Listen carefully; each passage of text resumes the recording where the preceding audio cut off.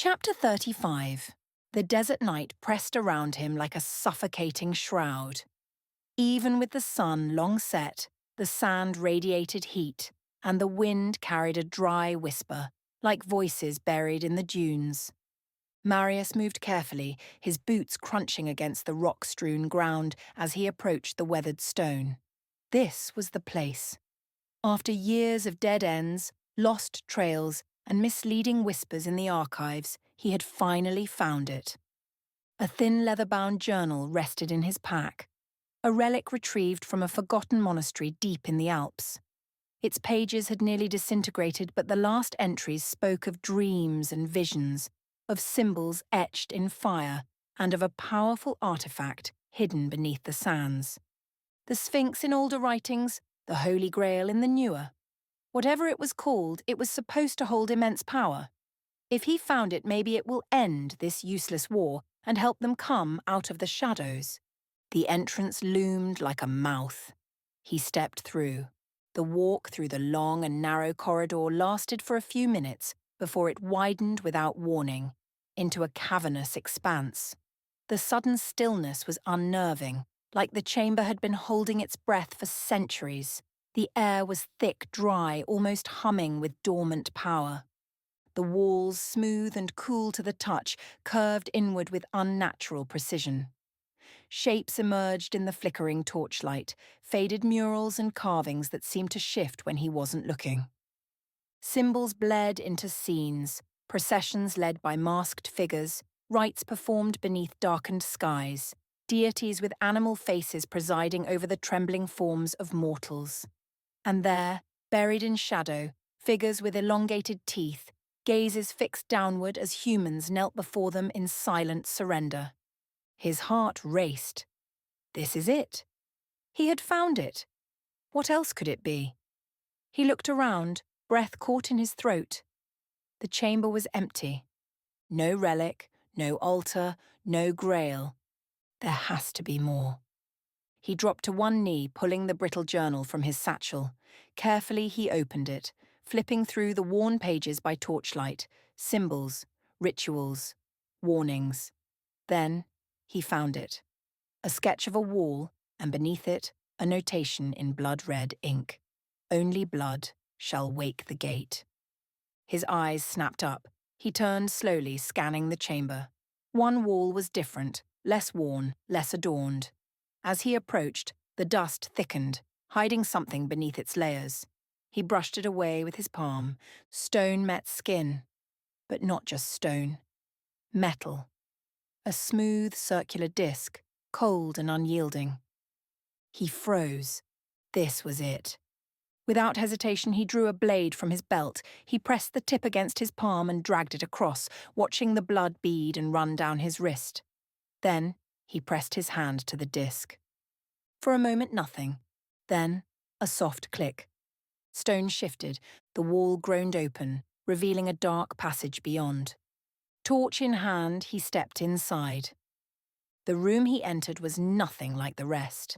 As he passed through the narrow arch, the chamber revealed itself in full, a grand space, solemn and ceremonial. Two massive vessels stood at the center. He moved toward them and leaned in, unused, long dry. From a leather flask, he poured oil into each, then he struck flint, lighting both. Flames burst to life, their glow painting the walls in flickering orange. Hieroglyphs and murals lined the walls, vibrant despite their age. But it was what stood at the center that made him stop. A marble. No, not a marble. A tomb. Behind the tomb hung two towering portraits. Marius moved toward them, unable to look away. The man sat on a golden throne. His features were regal, his dark eyes calm and knowing. He wore a flowing blue robe, a golden crown resting atop curled hair.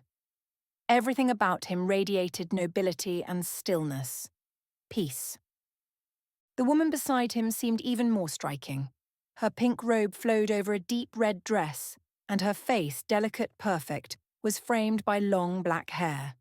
Her eyes were blue, almost too vivid to be paint. Her lips were painted a rich red, full of warmth and sorrow. A matching crown sat atop her brow. Marius's throat tightened. He stepped back, gaze flicking from tomb to painting. Who were they? The first of their kind? He moved deeper into the chamber, stepping beyond the tomb and knelt by the symbols etched into its base, serpent, sword, ankhs, and the two blue eyes. The same ones from the journal. He pulled the brittle leather-bound book from his satchel once again, flipping through the worn pages. There it was, the same drawing Shara would one day see. A sword coiled with a serpent, ankhs at the tip, and eyes like twin suns. Beneath it, in faded red ink, only the heir's blood shall wake the gate. Marius drew a blade, slashed his palm, and let the blood drip onto the carving. The red trailed across the stone, sinking slightly into the groove. He held his breath and waited, but nothing happened. Nothing moved. Nothing stirred. He held his breath and stepped back, watching the tomb as if it might suddenly breathe. But the room remained cold, still. He checked the journal again, flipping back and forth, muttering under his breath. Maybe he had misunderstood. Maybe the inscription was symbolic. Maybe he needed to say something aloud, recite a name, an invocation. Still nothing. Panic began to gnaw at him. This was supposed to be it. This was supposed to be the place. Had he come all this way for an empty legend? He growled in frustration and slammed the book shut, flinging it aside. The torchlight trembled as his anger grew. He turned back to the tomb. "Open," he muttered. "You have to open." He grabbed the edge of the heavy marble lid and shoved with all his strength. The stone groaned, resisted, and then scraped aside with a jarring shriek. The sound echoed through the chamber like a scream. Inside the tomb, nothing. Just cold stone, empty. The empty tomb laughed at him. His breath caught in his throat. There was no artifact, no remains, no treasure, just silence. He stood frozen, the weight of failure crushing him. Then, slowly, he lowered himself to sit on the edge of the tomb, elbows on knees, staring at the floor. So many years. So many sacrifices.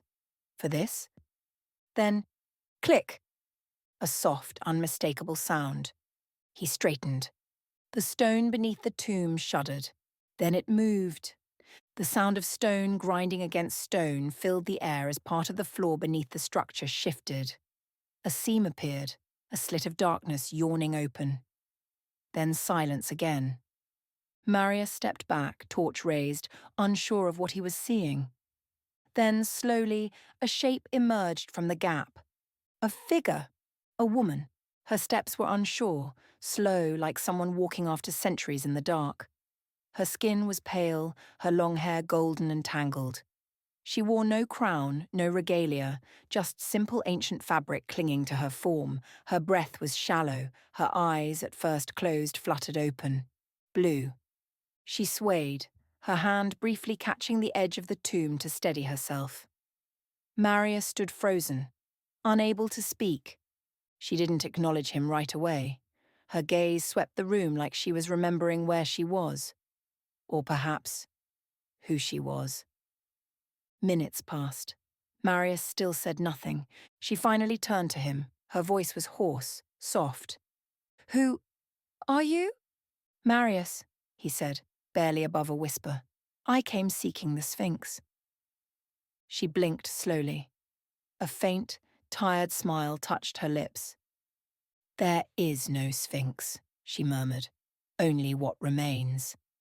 And then her knees buckled. Marius darted forward and caught her before she hit the floor. She didn't lose consciousness, but she was weak. He guided her to sit by the edge of the tomb. For a while, neither of them spoke. Marius stared at her, still not fully understanding what he had done, who she was, what this meant. She looked at the carvings once more and whispered something too low for him to hear. The chamber remained unchanged, but she was waking, slowly, cautiously, power gathering behind her eyes. He waited and hoped. Over the days that followed, Marius left the tomb again and again, hunting under moonlight and shadow, returning with mortals to feed her. He never asked questions, never flinched. And each time Selene fed with restraint, never more than she needed, always with the quiet shame of someone who had once sworn never to take again. And each time she looked at him a little longer, spoke a little more. Until finally, on one of those quiet nights as the fire crackled between them and her strength had nearly returned, she said the words that shattered everything he thought he knew. "There is no Sphinx, Marius," she whispered. "No object, no artifact. It was always me." He stared at her in silence. She met his eyes. "I am Mida's daughter,"